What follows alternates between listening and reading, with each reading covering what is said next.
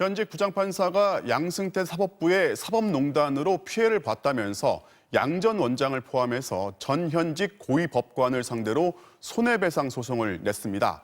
사법부를 비판하는 글을 썼다는 이유로 성추행을 저지른 법관과 똑같은 인사상의 불이익을 당했다는 겁니다.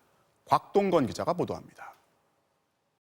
2년 전 일선 판사 100여 명이 모인 전국 법관 대표회의는 사법농단 연루 판사들을 탄핵해야 한다는 결의안을 통과시켰습니다. 당시 대표 간사로 전면에 나섰던 송승용 현 수원지법 부장판사.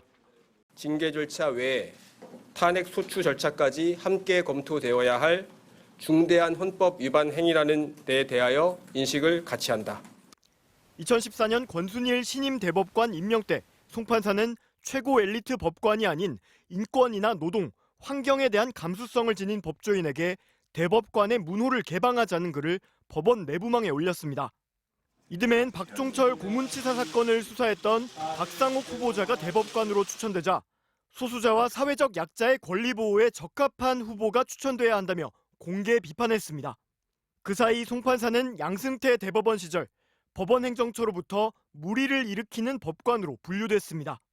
성추행이나 음주운전처럼 심각한 비위를 저지른 법관들과 똑같이 취급된 겁니다. 수도권에서 먼 법원으로 발령이 나더니 황당한 뒷조사를 당하기도 했습니다.